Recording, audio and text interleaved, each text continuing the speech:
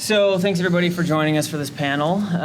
Really exciting topic, more exciting market. So my name is Justin Guay. I'm the Associate Director for the International Climate Program at the Sierra Club. And I'm here with a great panel of colleagues to talk about energy access and energy poverty as a challenge, and more importantly, the kind of dynamic and innovative financial and business models that are being developed to address that challenge. So before I jump into the panel, I'm just going to kind of frame the issue so that everybody is on the same page when we get started. I think probably the best framing of this issue is what the International Energy Agency has done. So in a series of reports, they have basically laid out the challenge ahead of us. About 1.3 billion people around the world lack access to electricity. That is largely the population that lives beyond the reach of the conventional grid. But what a lot of people don't realize is that there's another about 1.2 billion people who actually are connected to the poles and wires, but who lack access to reliable electricity. And that can be highly unreliable, anywhere from 2 hours a day to 4 hours a day to 6 hours a day. And it comes at times when you don't know when it's coming and you don't know if you can use it for the things that you need it for. So when you look at the challenge, the size of it, the scale of it, we're looking at about a third of humanity who is currently failed by the system we have. So if that is the challenge, I think the bigger problem is our collective approach to solving that challenge. The IEA has also laid out a series of investment scenarios, including one that is the energy access for all scenario. And that scenario shows that all new investment to solve this problem, of all new investment, roughly 2/3 must flow to distributed interventions, things like off-grid systems as well as mini-grid systems. The problem is if you look at investment of any flavor, be it public or private, it's overwhelmingly skewed towards a single intervention, which is the construction of large-scale power plants and the extension of the grid if and when it's happening. So that's the challenge, that's the problem, but the good news is we have a tremendous opportunity here as well. And so we have some great panelists who are going to talk about that opportunity, some of them who are actively building the markets today. As far as I see it, the opportunity is that we have the opportunity we have is to build an entirely different system, a system that puts power directly in the hands of people, that is decentralized and distributed, and is fundamentally disruptive to our current approaches to providing energy and electricity. So really excited to be here today and excited to delve in. To my left, we have Kate Steele, who works with Google's Energy Access team, who came from the World Bank's Lighting Africa program, who's really at the forefront of helping to build these markets. To her left, we have Carl Scari, who works with D-Light, one of the kind of leading companies, trailblazers in this space, and he works on new business development. So he's really at the kind of cutting edge of what's happening. And then to his left, we have Shashi Bhuleshwar, who works with the Lawrence Berkeley National Lab, and his job is essentially to leverage the infrastructure we've built up here in the United States for R&D and innovation, and look and seek out new opportunities, especially in emerging markets. And so very excited to hear what he has to say about the kinds of technology innovations that will help further unlock these markets. So without further ado, I will turn it over to Kate. Thanks, Justin, and thanks. It's actually great to see that this is a packed room. Just shows how much interest there is in energy access and in working on energy issues in the developing world. So I'll be pretty brief because I think the most interesting thing is going to be to actually have some discussion and get the time for questions. But I want to just give an overview of kind of where we see the market right now and where the investment needs to go. And I intentionally didn't tell Justin exactly what I was going to say because I do think that the top-down solution is part of the answer as well. So when we're looking at energy access, it's, as Justin said, there's a large population that's totally off-grid, large population that's underserved by the grid that's there. There's no reason not to continue to build out those existing grids. Hopefully it's going to be with renewables. Hopefully it's going to be much smarter than has been done in the system that was built 100 years ago here and elsewhere in the developed world. But one of the things Google's really been interested in is large-scale renewable energy investing. And that's something that we've done primarily in the US. Google's invested over $1.5 billion in renewable energy projects, strictly on a commercial basis, although it's a great thing to do as well. And have done one project in an emerging market that we're an investor on a 96 megawatt PV plant in South Africa, which should be commissioned later this year. I won't belabor the grid side of it because it's not the focus Justin wants to keep. But I do think there is a role for that kind of top-down, continuing to build out the centralized infrastructure because there are a lot of economies of scale that come from that. On the off-grid side, as Justin said, most predictions are if you build out this sustainable energy for all scenario, of the people who are in urban areas, they'll all be grid connected. Of the people who are in off-grid areas right now, the estimate is that about 30% of them will be served by the building out the grid to them. That leaves 70% who will be served by either microgrid or home systems. And in recent years, the breakdown has really been, I think it's 65% the estimate is will be microgrids, 35% will be home systems. But for that to actually happen, there needs to be a lot of investment into making these systems work. And I think if you look at those two options for home systems, what's really going to enable that, and what seems to be the flavor of the month, although I think it's got sticking power, is the pay-as-you-go. And I know we'll hear more about that specifically, but being able to break down payments into a very manageable quantity for poor households and taking out needing to go back and forth to some sort of financier just makes all the difference, being able to do that through mobile money. Microgrids have gotten a lot of attention for, this is the solution. This is how you get much higher level of service into rural areas. You can have productive loads. It's not all about lighting and cell phone charging. It's still really challenging to figure out what the business model is there. That I think mostly because of the management issues, that actually running a system in an off-grid area is really challenging. There's a lot of maintenance that's involved. There's also these billing and payments and what if one person consumes a lot more than another? How do you balance that out? So I think that there's still a lot of work to be done in that area. I think it's a very big growth area in the industry right now, but I think there's a lot more experimentation that needs to come out. And at this point, you see a lot of systems that, everyone will talk about Husk Power. Not to say anything bad about Husk Power, they have done a great job, but they've only installed a couple hundred systems. There's very few companies that have really gotten to the point of truly scaling up. So I think that's something hopefully we'll talk about is how do you actually get some of these systems to scale? Carl, sorry. Thanks.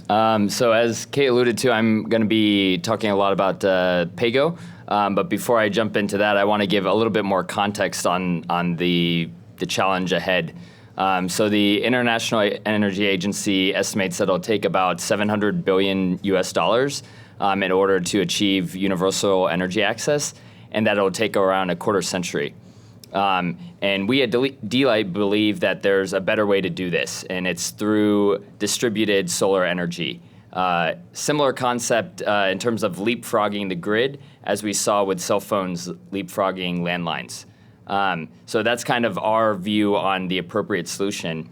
And in terms of quantifying the cost of doing it through distributed solar, if you estimate that a typical solar home system that could provide TV, radio, lighting, mobile charging, some of the basic needs that people have cost around $300.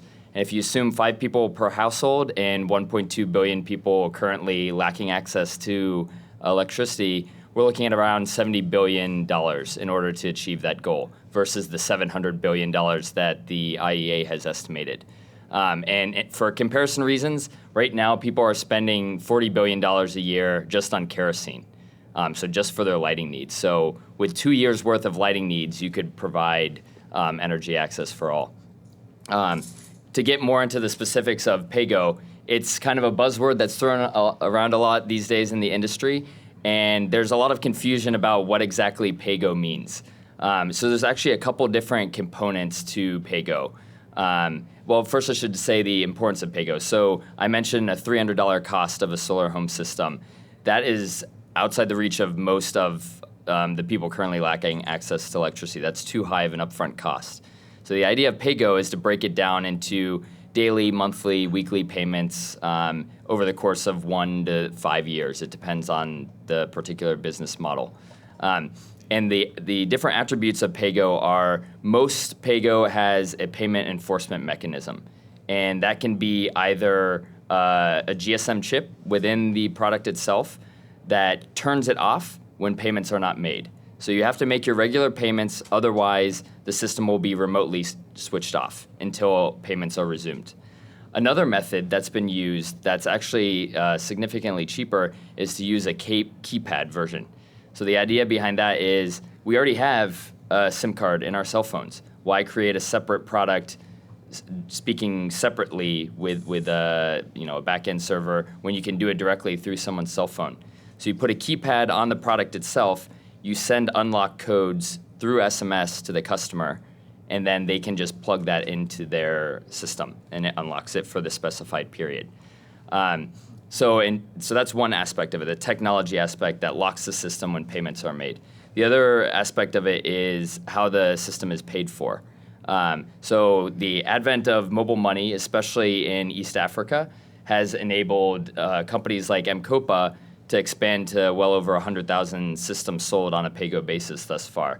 And that's because mobile money penetration in Kenya is very high, and it makes transaction costs quite low. When you don't have to have someone manually going in and collecting money from end customers, you can just have them pay via their mobile phone. So that's another very important aspect of pay-go technology. In areas where mobile money is not prevalent, there are other options you can use. You can have scratch cards. You can have people pay at a central agent who might have mobile money. So there are various different business models that D-Lite is experimenting with in different markets. And then the other way that you can provide financing that isn't typically termed pay-go is by working with a microfinance organization. And that's something that D-Lite has been emphasizing quite a bit over the past several years. In fact, we have a partnership with SKS, and we've sold over 250,000 products through that microfinance channel, more than any of our all of our other competitors combined. So these are different ways that people have found a way to finance these products so that they are within the reach of our target customers. And so with that, I'll pass it on. Thank you. I'm trying to figure out what has not been said yet. Energy or electricity unto itself does not change people's lives. It's what people do with it. And while it is wonderful that there is now lighting and cell phone charging in a way that there has not been in the past, we need to do a lot more. And there is now enough evidence to suggest that people want a number of other things. People need a number of other things: television, refrigeration, some sort of cooling system. There's a great story, and I hope I'm actually synthesizing this correctly. There was a DFID, which is the UK's version of USAID. They had done a study. It turns out that through some publicly funded World Bank or otherwise, there was a program to build windmills in Mongolia, a certain part of Mongolia. And nobody seemed to care. The consumers weren't really that interested in it. And then it turned out that soon after this whole thing happened, the Chinese government built some TV towers to increase the strength of the signal. And all of a sudden, demand shot up by a couple thousand %. Right? Again, so it is as long as the only things people can do with electricity is cell phone charging and lighting, as powerful as it is, we won't necessarily see the broader problem solved. The other way to think about this is in terms of, you can think about this as an energy budget. And so people spend a certain amount of money. People can spend a certain amount of money every month on energy. And so what that means is these particular household appliances, medical devices, or these things that consume electricity, not only do they have to be significantly less expensive than they are now, but they have to be significantly more energy efficient. And so as we build these things, if we don't think about that energy budget, it won't be affordable, because it's not the cost on the shelf. It's also what people have to pay in aggregate to run these things on a monthly basis. And so that brings us to the question of how this is a chicken and egg problem, right? You don't have, if you don't have supply, how can you even test demand? And if you don't have demand, how can you create a supply? I think between Coca-Cola and cell phones and, unfortunately, AK-47s, we know that when there's a demand, there'll be a market, there'll be supply, and there'll be enough innovators to figure out how to make stuff happen. So I believe that as these appliances become more available, there will be entrepreneurs who'll be able to build mini grids And so from a technology innovation point of view, one of the things we have to figure out is how do we make that happen? So can we build, for lack of a better phrase, a utility in a box, if you will, that without too much of a capital expenditure, without having to spend 4 months, 5 months trying to build this thing, can we, IKEA style, set something up in a few weeks and start producing electricity and distributing electricity? Obviously, as you unpack that, a whole number of problems have to be solved around storage, around management and distribution, finding out where there are breaks in the network and so on. And so I'm really glad that D-Light is here, because I think they've demonstrated that there will be demand for things that people didn't think there was going to be demand for just a few years back. And as more and more of these products come to market, we'll see that we don't necessarily have to rely only on home power systems. We can actually think about mini utilities. Absolutely.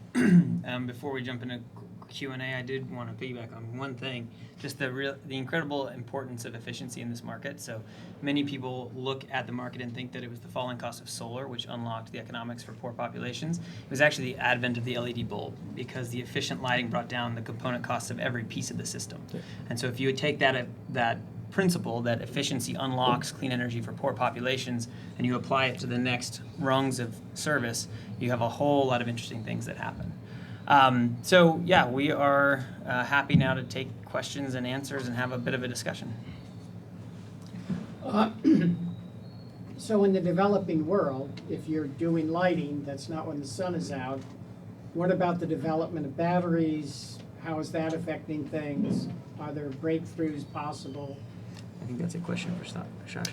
Yeah, absolutely. I mean, I'm not a storage expert, but clearly that is one of the challenges. If you think of traditional lead-acid batteries, they just they're bulky, they require a lot of maintenance, and it's not clear that it's the right solution for a single household. Even as you expand into mini grids, one of the failure points ends up being lack of upkeep of these things. So again, I'm not a battery expert, but I cannot see a solution to this without some really interesting innovation in batteries.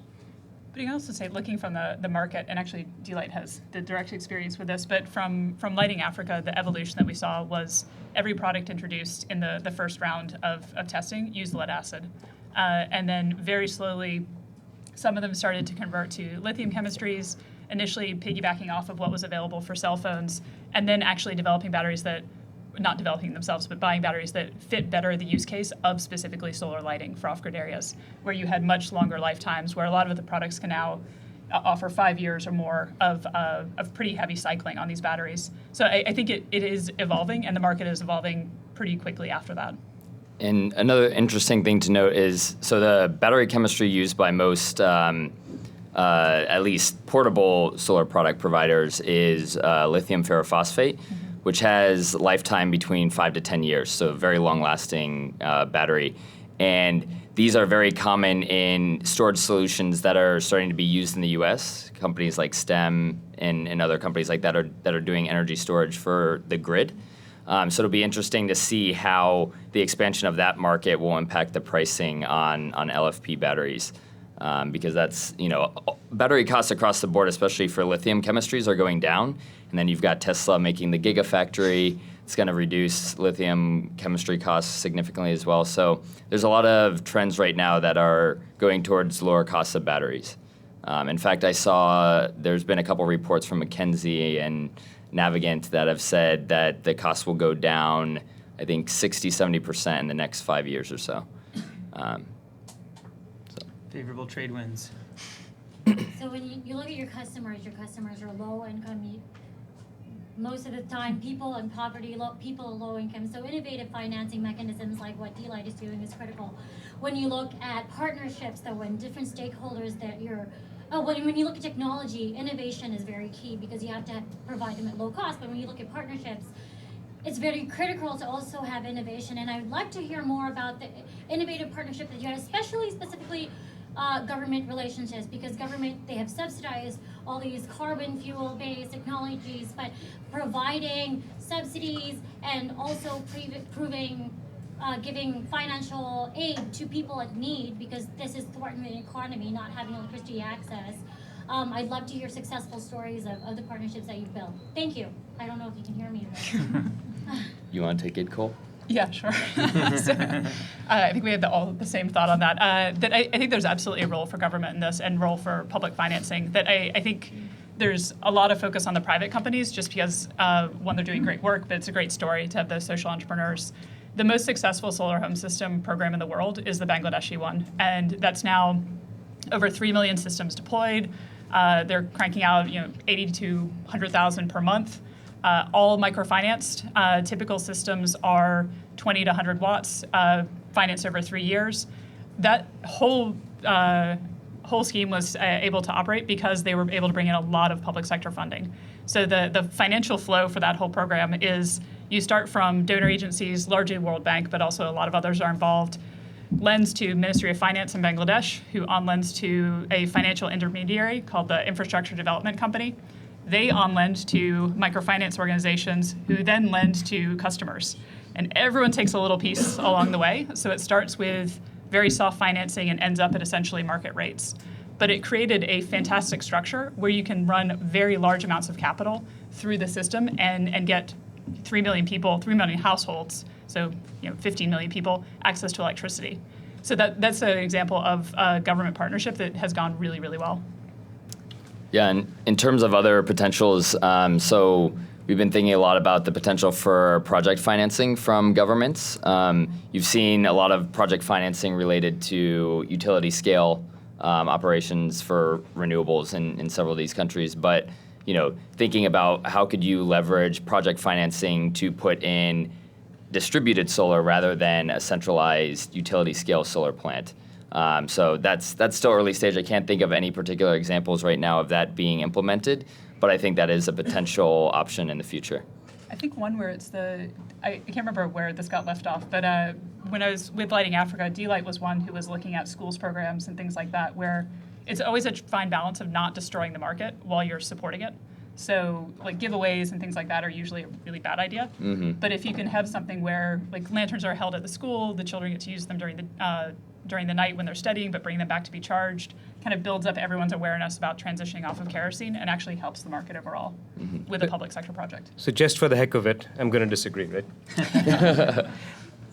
I think it's really important 2 billion is a very large market segment, right? And the same answer can't apply to everybody.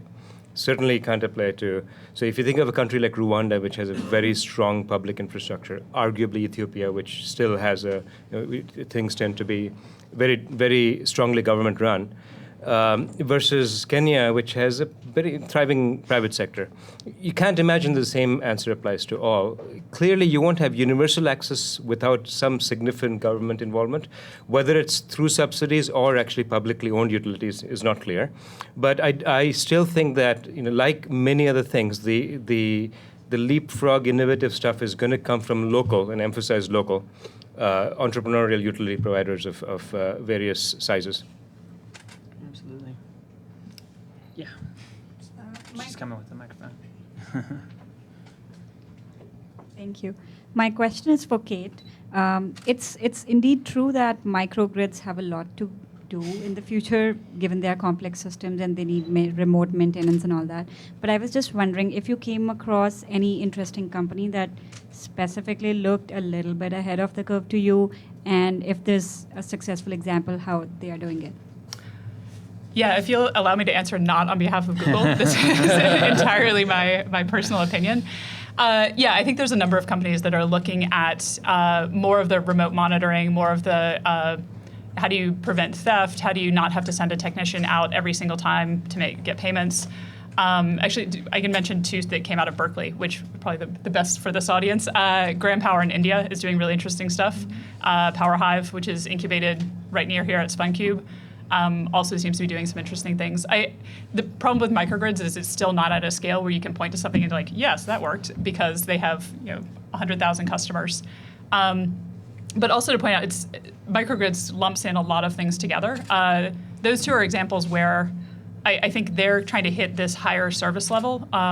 One that doesn't get a ton of attention but goes at the very low end of service level is Miragaon Power in India, which does a very, very low power system. It's basically 2 lights and a cell phone charging. Its service level fairly equivalent to a lantern, but I think they now have the largest installed base by probably an order of magnitude of just number of customers connected to what is technically a microgrid or nanogrid system.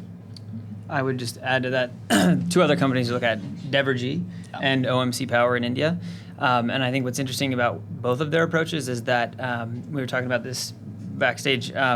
So they start with distributed systems, and then they are linking them up with poles and wires. So they are avoiding the initial CapEx cost by starting with the distributed system on somebody's roof and then linking them up later. So I would say highly encourage people to check out both of those companies. They're pretty interesting. And I would say in terms of being ahead of the curve, this is not necessarily a microgrid related answer, but I think the most interesting companies are the ones that are branching out beyond just being a pure play lighting, lantern, company. There's now hundreds of them in the space, I think. And so a perfect example of that is Ongaza, who started out as a solar lantern company and quickly pivoted to only servicing the pay-go piece of the value chain. And so now they are busy collecting lots and lots of data. And now you think about all the data implications of providing financial scores, credit risk analytics for a population that is essentially invisible to the global economy. And you have lots of interesting opportunities. So I think those are the companies that are really out on the kind of cutting edge. Yeah. Thank you so much. Yeah, Kate, I think I saw your dissertation talk at MIT five years ago. That's embarrassing. And you were talking about for the kind of the 1 billion people that have brownouts every day and have unreliable access, the impetus to basically, instead of pay their power bill, but to go out and get a generator, which kind of scavenged the ability to kind of invest in the central power utilities. Are you seeing that same kind of trend when people have now access to solar at the same cost that they used to have access to diesel generators or maybe a microgrid? Do you see that integration further derailing or continuing to be in conflict with the major power companies? I think ideally it's not in conflict. I do still see that trend. I think Kenya's stabilized a little bit in terms of people running to be off grid. A lot of that, they've had a number of power crises around the hydropower situation where they've had extreme rationing. I think that was pushing a lot of people to consider self-generation or on-site generation. They've diversified their mix a little bit more, and that's less of an issue, although still pretty large power quality issues. But I think if you look at someplace like Nigeria, where I was trying to spout off the statistics on this earlier, and I think got them completely wrong. But I think there's something like 25% of residential homes have a backup diesel generator. You see pretty similar numbers in commercial, industrial. Unfortunately, I don't see a lot of that going towards solar. I think that will eventually evolve into that. As far as conflict with the utilities, it will continue to be so. But if they can't improve their service quality, then it's really hard to argue that people should stay on grid at that point. But it's entirely a cost issue. If people can generate power, how much they're willing to pay for reliability. If they'll pay for a diesel genset in order to get reliability, then that's their best option. Are there any companies that are specifically targeting that niche of combining the big utilities with the smart grid and really integrating that into their business? There's a lot of companies that are preparing for grid integration, which, and I think you see that much more in India, where there is a large build out of the grid and a lot of lines with no power on them, that I think there's a lot of interest in putting in a microgrid in that area and then having kind of backflow onto the grid. You see that less so in sub-Saharan Africa just because of the densification of the grids. Absolutely. Questions in the back? I'll take just a minute to talk about something. I'm from Bangladesh, I'm Hasna Khan, and since we heard about the solar home program, just one point to make here. The solar home program of Bangladesh was my baby. I thought about it and made a presentation at IEEE in Washington, so it really originated from here, from way back. But the thing is, we started Gramin Shakti with 28 systems. My team, we installed just to show that something like that can work. And then once that took off, on the second year, we convinced the World Bank to do solar with the other NGOs because there's so many of them. But at that time, it was very difficult, since we're talking about private sector and public sector issue. The bank didn't really want to do such a large system. We wanted 68,000 solar homes for 5 years, and they said, no, we only finance 5 or 10,000, etc. And the idea was, if you do that small a system and altogether, then it's like a parachute system. Some people can just come and install and leave. And there is no market behind the scene works, the industry, it will not grow. So, big argument in Washington. And we won, and so came the program. But one thing that worked over there is the NGOs being on the ground, and people have that relationship with them.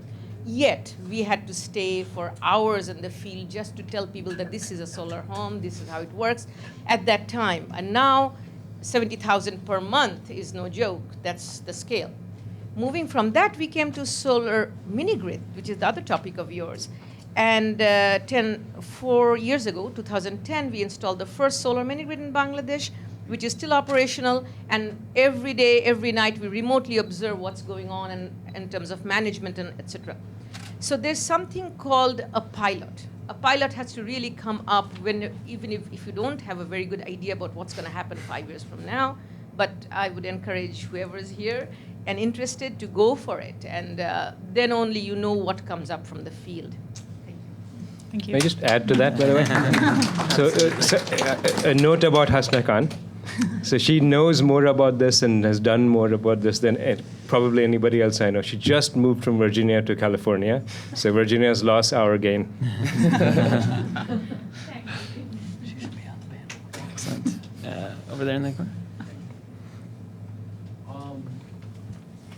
So I just wanted to know your opinions and experiences within the realms of crowdfunding, in the sense of you have conscious people in the industrialized world with money trying to donate or even better earn like a stable income on their investment in these projects in the developing world. So yeah, just your opinions and experiences. Is anybody in? Yeah, I can comment on that. So there's a company out there called Sunfunder that does that right now. They do crowdfunding for solar projects. At the moment, I'm not sure if this has changed, correct me if I'm wrong, but they don't provide an actual return to their investors, but they give you like more credits that you can invest in the next project. You just can't take that money out because regulations right now. So I don't think they've achieved that much scale thus far. They've raised probably around a couple $100,000 through the crowdfunding platform. And I think in their efforts to try to get a much larger pool of capital, they're looking more towards development banks. So I think, crowdfunding in theory seems like a really good concept, especially since there's a lot of people in the developed world that would love to invest in this kind of thing. But it seems like there's a lot of costs associated with it and a lot of regulations surrounding it. And so I think things seem to be moving more towards trying to get large development banks to put large, we're talking hundreds of millions or maybe even $1 billion of capital towards financing these systems. I slightly disagree with that, only because if you look at the financing hurdles in the space today, even though we would love to have the development banks putting lots and lots of money in it, as you so rightly pointed out, it's really like butting your head against a wall to get them to cough up some money. Part of it is that they're structurally not designed to support small-scale interventions up front. Once these companies all scale, I think they will be a much better place to help support them, but we're not there yet, and we're here, and so there's this kind of big gap. And for a lot of especially the startups in the space, I think crowdfunding is a great option. And it is also the kind of option that marries motivated investors with unusual ticket sizes and project sizes.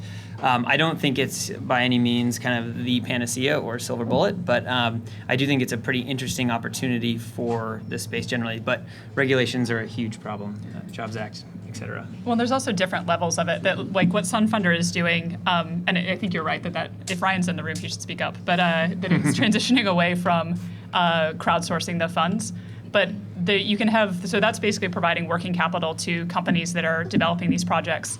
Kiva has done some lending around energy, and they're looking at specifically consumer financing because they're going through microfinance organizations.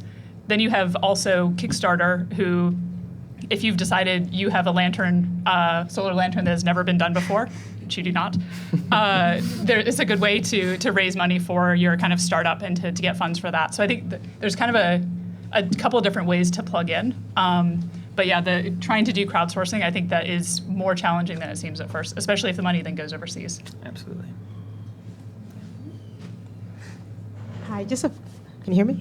Yeah, follow up to Justin Guay's comment around small scale projects. I'm curious, in any of your experiences, do you see any demand of aggregation to sort of solve that problem where World Banks and the IFCs and the OPICs are looking for that $10 million type of project? Are you seeing companies out there that are looking at aggregating portfolio of projects even across geographies like in Tanzania, Kenya, Nepal? Any comments? I'll take a crack at it, but my guess is you can comment more on the IFC perspective on this. I'm reasonably certain that the number of impact investors, and all the way up to the IFC, which they don't think of themselves as impact investors necessarily, but they clearly have an energy portfolio. I mean, I don't necessarily see I think each business in their portfolio is struggling with various different things in their specific markets. So there is aggregation, but I don't think they're really benefiting from that aggregation from an investor's point of view. Yeah. Okay. It's true. I think that there's a gap in funding where you kind of get caught between maybe some of the grant funding and kind of early stage money, and then IFC is kind of the only one that gets into that multi-million-dollar scale. And there's a gap in between there where you have to have really good proof of concept in order to get large enough investment, but it's still a really small ticket size for a lot of investors. I think Coastal Impact, I would say, is somewhat filling a little bit of that void, but they can only invest in so many companies. I think they've done 3 energy access companies so far. But on the aggregation side, I think there is definite interest in bundling together projects.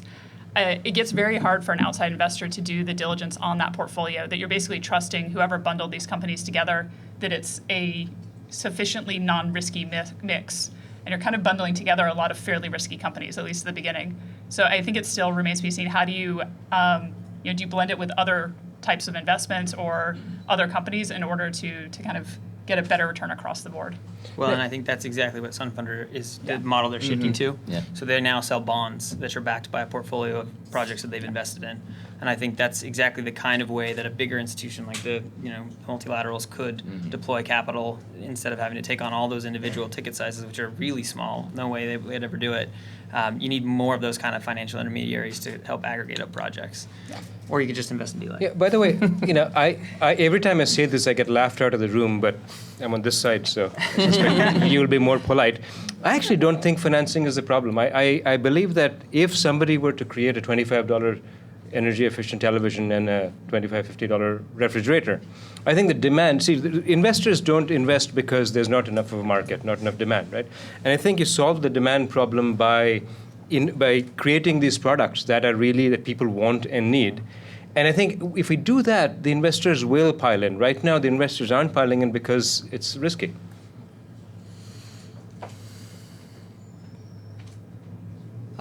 Kate, you touched on the issue of scaling up of projects, and I'm wondering how much of that comes down to a question of policy. There have been a lot of policy targets that have been set in many different countries, 50%, 100%, but often there is a lack of mechanism to track these projects, see what they're achieving, sort of provide incentives for targeted diffusion of technologies. And especially, a lot of the small entrepreneurs get frustrated with getting access to these kind of incentives, and they're frustrated with how big utilities get these incentives. So I just wanted the panel to comment on what kind of policy changes do you expect in the next 5 or 10 years that sort of will drive these innovations? Thanks. It's a good question. I'm not sure I have an answer to. I think probably Carl can speak to this with DLight as far as competing with other products out there. I know from Lighting Africa, I can speak to with our market support. Some of the things we were doing with policy and regulation were trying to reduce the import duties on products that can create a significant markup on anything, because all of the renewable energy products are imported typically, at least to sub-Saharan Africa. There's a lot more local production in South Asia. That was one way. A lot of awareness programs, getting PSAs out about dangers of kerosene, about the benefits of solar lighting, things like that. That's kind of what we saw on the policy side. It's hard for me to advocate too much on the subsidy to even out the other subsidies, because I think that gets really convoluted. And I do think you see that much more in specifically India, where there's you kind of have subsidies on both sides. You've got heavily subsidized kerosene and grid electricity, and then trying to get subsidy on the solar home system side, it would be a lot easier to just level the playing field, which is, I think, what you see much more in East Africa. Yeah, I want to echo that. I think one of the biggest policy issues that we try to advocate for is related to duties and VAT for solar products. And it's not just on the solar home system itself, but also for various accessories. So for example, it's, even if you can get a VAT exemption on your solar home system, what about the radio that comes with it? And it's a constant battle with the local revenue authorities to try to convince them, no, this is a solar radio, it powers up the system. And that is one of the biggest issues that we're looking at. And then I would say, I had another one, but now I've lost it. Maybe it'll come back to me. But that's definitely the one that's top of our mind and the one that we're constantly striving with. Oh, I remember the other one. So one of the big issues in the market right now is market spoilage. And so you have a lot of products out there, very cheap Chinese products that are very low quality, and they're ruining the image of solar in a lot of the markets. And so things like Lighting Global were created to address that, and having a Lighting Global certified product to indicate that it's a quality product. However, there's currently no consumer-facing standard. So there's actually nothing on the box stating that it's passing sort of certification. So it's more beneficial for if you're trying to do a partnership with like GIZ, or if you're trying to work with a microfinance organization or something, you can say I'm a Lighting Global approved product. But right now in the market, the only way you can really convince people that you're different from your competitors is through a lot of marketing and demonstrations and other forms of promoting your product. So I don't know what the policy solution would be to that. I don't know if it would be something where they wouldn't allow importation of certain goods that didn't meet certain quality standards. I know in Kenya, for example, they won't allow you to import a car that's more than 7 years old because they think it's probably going to be a crappy car. So there are things that one could do to help prevent market spoilage, but you'd have to get creative on that. So this is a question for Google and Delight. As Shashi mentioned, electricity is useful to the extent that people can do something with it. And income generation is by far the most important thing for poor people. And 2/3 of the world's poor live in villages, and most of them are smallholder farmers. They rely on rain-fed irrigation, and if they had access to irrigation, their incomes would increase by 400%. But there are still no affordable, appropriate pumps that, for smallholder farmers. And there's like a whole range of challenges, all the technologies out there. Without going into the details, Sun Edison has recently come up with their version of solar pumps, but the starting cost is $8,000. So what is Google and Delight doing about irrigation pumps? This is easy. Nothing. That's totally outside our scope. So. Yeah, unfortunately, I would have to say the same. So Delight right now, we sell a wide variety of portable solar solutions that provide lighting and mobile charging. And our focus, we also have a entry-level solar home system that can power up to 4 lights and then does mobile charging and radio. And so our focus is more on going up the energy ladder, providing larger systems that can provide more power and power more energy-efficient appliances. However, we don't currently have anything in the pipeline related to water pumps. It's a little bit outside our scope at the moment. Even though you targeted the question to them, I'm happy to jump in. So this is much more complicated than just having water for farmers, right? Because clearly irrigation is one of the most important things for food security. And right now, most smallholder farmers in Africa who have access to pumps do it manually. Now, the reason this is most don't have access is that it's really hard to dig, to find out where water is and to dig. And so even those that have access to hand pumps, they tend to use it where there's surface water. Now, if you follow the example, there's one company in India, one NGO, I guess, IDE India, that's actually got solar-powered pumps. The problem is that these things, they can just pump out water day and night, or at least during the day. and you just run out of water. And in South Asia, since the Green Revolution, we've seen this, right? The water tables have dropped dramatically from 20 feet to now, you can, in some places you can dig 300 feet and not get water. So there is an absolute very important need for pumps, but it has to be in the context of an irrigation solution where you're thinking of the application as well, where you're not wasting water, because water is an extraordinarily local resource. So if the aquifer in a particular area disappears, then again you sort of gone back to square one, except now you don't even have the possibility of using the pumps.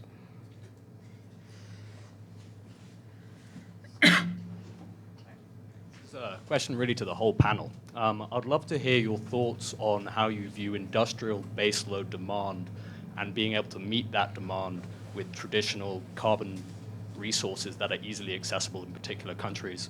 And on top of that, regional power pools, such as the South African power pool, if management of those or improvements of those are necessary to help with those demand loads. Ms. Steele? Yeah, if I can speak not, again, on behalf of Google, because Google, all renewable, good. We don't invest in fossil fuel. But just generally, I think, I'm assuming you're talking about like the gas discoveries off of Tanzania and Mozambique. I think using that onshore for electricity generation, I would say it should definitely be supported. That I think those countries are trying to build out renewables to a great extent, but I think they're also, Southern Africa is largely dominated by South African coal. So I think transitioning to natural gas is a win for that area. I also think there's a great advantage to building up the transmission networks. Ideally, you would have each of the regional power pools also interconnect to each other, because I think there are large sources of energy. The elephant in the room when that is always Grandinga and Congo, which will never be evacuated into Congo. There's simply not the demand. But if you can tie that into the Southern African power pool, then you actually have a legitimate project to work with. And that gets a lot of hydropower onto what right now is a very dirty power system. Again, personal opinion. Mm-hmm. Yeah, I think that touches on a good point, which is solutions such as the one I was proposing initially don't really address industrial needs. You're not gonna get industrial needs from $300 solar home systems. So fully take your point on that and echo what Kay has said.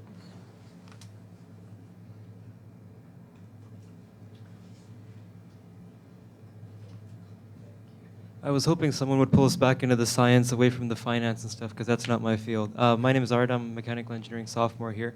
Just a general question. Because we're discussing India and the technologies in India and developing countries.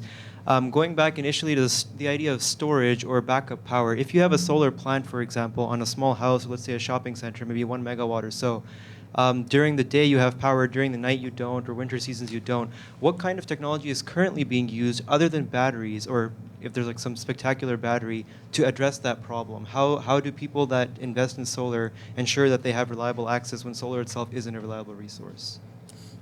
This is a made-up number, but I would say 90% of the market in India is sealed lead acid batteries. I don't think it's anything, because you can't compete with the cost of that right now. Yeah, and in terms of other solutions for how people address with the intermittency of solar, you'll commonly see solar with diesel combination or with battery backup. So it's not uncommon to see a solar installation with a diesel generator backup for times when there's no sun. Over here in the front. I'm really interested in, we were talking about providing these different levels of service, and obviously providing higher levels of service is really important for providing income generation. And there's obviously some significant technological hurdles to providing those higher levels of service, such as energy storage as being one, such as micro appliances that are energy efficient. You guys have mentioned a lot like these innovative financial schemes or mechanisms that help support the low level of service. And you've talked about some of the institutional hurdles to providing the high level of service. I'm wondering about where we start to draw some lessons from these financial mechanisms or successful techniques that have provided low levels of service to starting to move things to providing those higher levels of service, not 600 watt hours per year, but 2,500 watt hours per year. Something where you can start to really think about micro appliances that provide, shopping centers that can actually provide income generation and real impacts on literacy and public health and things that we want to see as far as moving these development indices up. So I want to hear D-Light, and then I want to hear somebody talk about efficiency. But I would just say that you hear these debates all the time. Do people get the kitchen sink, or do they start with mobile phone and lighting? It's kind of a silly kind of dichotomy, in my opinion.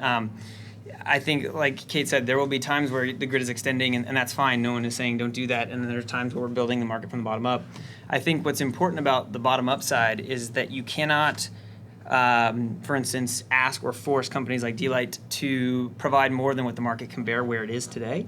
I think that's an inappropriate approach, and it is not recognize the reality of how these companies are actually building a marketplace that will layer on additional services as we grow. And so this is where I want to hear you talk about a little bit about how you're seeing consumers actually graduating up from a lantern to a home system, because we are seeing that. It's happening.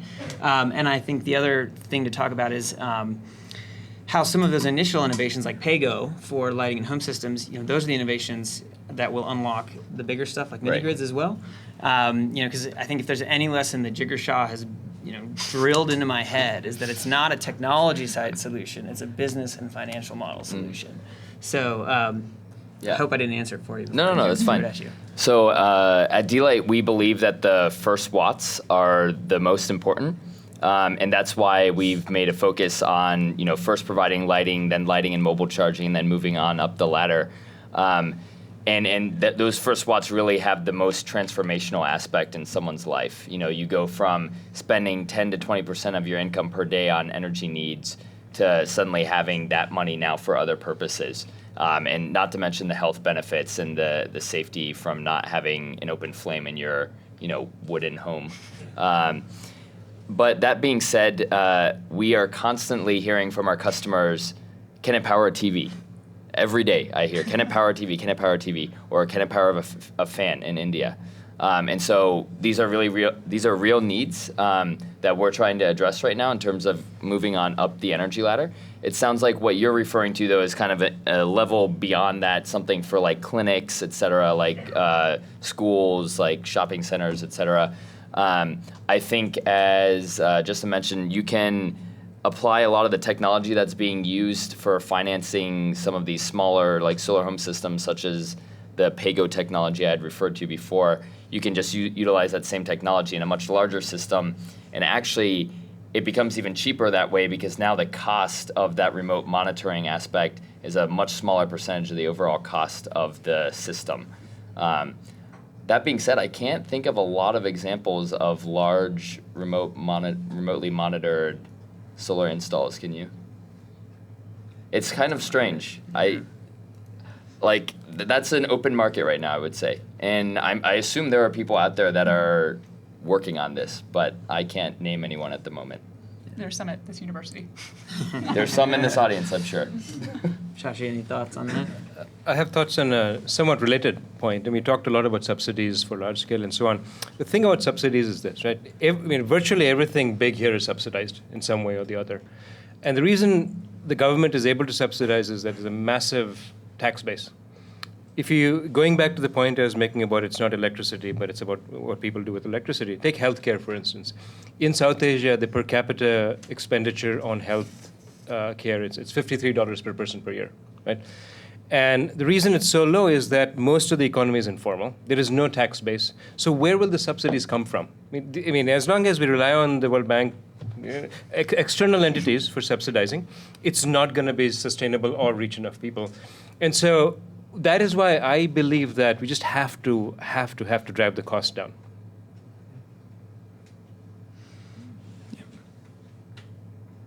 I actually have a question. So we've been talking a lot about like financial schemes and energy access, but I'm kind of curious more so about the actual distribution and marketing of these products. We know that there's village level entrepreneur models, you can piggyback, you can create your own type of model.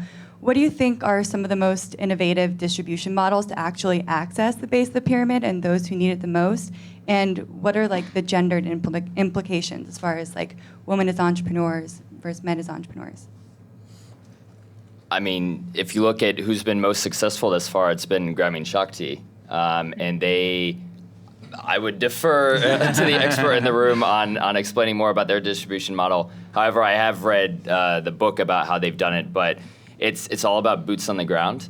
And I think a lot of companies in this space try to kind of offload the distribution problem onto someone else. And they're like, okay, we made the product, we got it in the country, and now we're just going to try to like put it on the shelves of some shops and hope people come and buy it.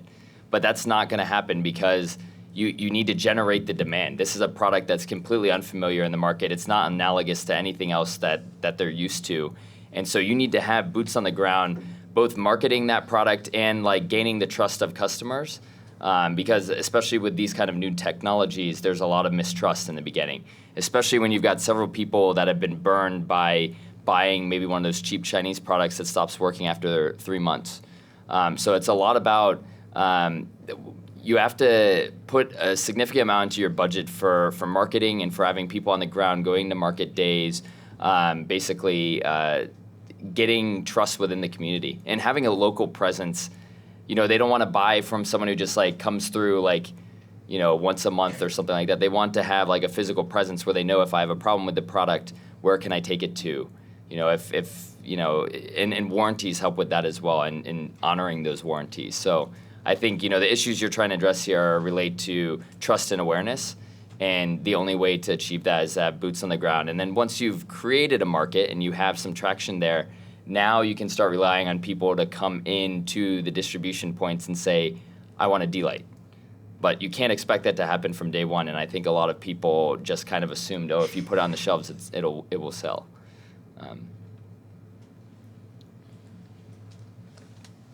So yeah, I think time for one last question. Sorry, guys. Yeah. My question is actually threefold. It's concise though. Okay, so I'm from Morocco, so these questions actually refer to my specific experience. The first one is, how do you? It's more for like grids for countries that have a more developed grid, but still not yet at the point of developed countries. So some countries do not have a legal framework for distributed generation, and so how do you go around it and still how do you make distributed generation in those countries? The second thing is technologies such as distributed generation will make the grid very unstable. So how do you adapt those technologies for developing countries? And the third question is sub question, I guess, is some people, since obviously solar panels have to be outside, some people just steal those solar panels and resell them. So how do you ensure the safety of those technologies as well? Thank you. All right, so since this is the last question, everybody gets their crack at whatever piece you want to answer. I'm going to pick the first one, so hopefully nobody else wants that. I wanted 2 and 3, so good. Yeah, there you go. So I think the policy bit is really, really important. It has largely not mattered outside of things like VAT. Because most of these companies are operating in a vacuum. They're operating where there is no government. The government doesn't really care about these populations. That's why they don't have power. And so there is a regulatory vacuum. And it's really the Wild West. So you have mini grid operators who are building these mini grids. They're charging consumers whatever they want. You have solar home system companies doing the same. And it works now, but that's because it's a relatively small scale, but it's growing fast, and there is going to be a time when it starts to bump up against entrenched incumbents who are not going to be very happy about that, which is actually, I think, the answer to your second one. I mean, renewable energy does affect the grid and affects grid stability, but at much higher levels of penetration than what utilities try to tell us it does, and that's because it pisses off entrenched incumbents. So what I guess I'm trying to get at is that it's a regulatory vacuum, and for any of those focused on policy, I would highly encourage you to start developing policies that reflect the realities of this marketplace, because they're very different from the policies and set of regulations that have been developed for the grid. And so far, what people have done when those two worlds collide is try to take the square peg and shove it in a round hole. And what it does is it ends up kneecapping the small guys, of course. And it's a big problem. And it looms, I think, further out in the future than today, which is why most people aren't paying much attention to it. But I think it's going to be a big problem, particularly on the mini-grid side, because there is no definition, as you rightly pointed out. And so, I haven't seen a whole lot of work on it. We have a white paper we're going to put out in a couple of weeks that's kind of our stab at some of the big problems, but it's, just to help fill that vacuum, I think there needs to be a lot smarter people than myself helping to develop those policies. Yeah, I'll just add that it varies a lot country by country. And I think I share the same opinion that there's a lot of solar home system and microgrid operators who will kind of, with a bit of swagger, tell you like, oh, we're under the radar, like we're totally out. You can't scale something that's under the radar. If you have 10,000 systems, someone's going to notice and someone's going to regulate it. It's not a good model to be operating under. But I will say that World Bank, for all its faults, this is the discussion they have with a lot of governments that when I was working mostly in East and West Africa, that was frequently a topic of discussion. And you can see places like Tanzania have pretty progressive microgrid policies. Kenya also has a regulation where under a certain level, it's only requires a permit, not a license, or vice versa, whichever one's easier. So I think policy takes a really long time, though. So it's really important to get those conversations going. But I think trying to work as much within the regulatory framework that exists and planning for when it might change is really beneficial for a lot of these companies. Yeah, I'd say for companies that are doing solar home systems, there's pretty low risk of regulation because they're selling a product. It's not a service. However, with microgrids and mini grids, you run into some issues because there are governments that will say, oh, you can only charge a maximum of this much per kilowatt hour because that's what that's the regulation that the utilities in the country are under. And sometimes that can be like a deal breaker for a micro or mini grid because they can't return their capital at that low rate of per kilowatt hour. I'm going to address your last question, which was about theft of panels. So I think when people think about this issue, I find a lot of people's mindsets are based on urban areas. And so like in Nairobi, yes, if I put a panel on my roof, someone would steal it, definitely. We're talking very rural communities though. Like if my neighbor steals my panel, I know everyone in my community, everyone knows everyone. Like, be like, interesting, you have a panel on your roof today. You didn't yesterday, I used to have one on my, so what I've found is theft in these communities is just incredibly low. And in fact, there are plenty of places I've seen where there are live wires running above communities and no one is stealing power. And I asked people, I was like, why aren't they stealing the power? They have the grid right there.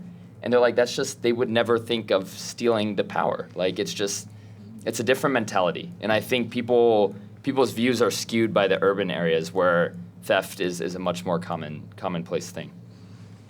Again, I'm running into the challenge of saying something valuable after everything that needs to be said has been said. So I'll say something completely non-value added, which is going back to this point around cheap Chinese stuff. As a proud Indian, I will say that the Chinese do not have a monopoly on cheap stuff that doesn't work. We Indians do a pretty good job of that as well.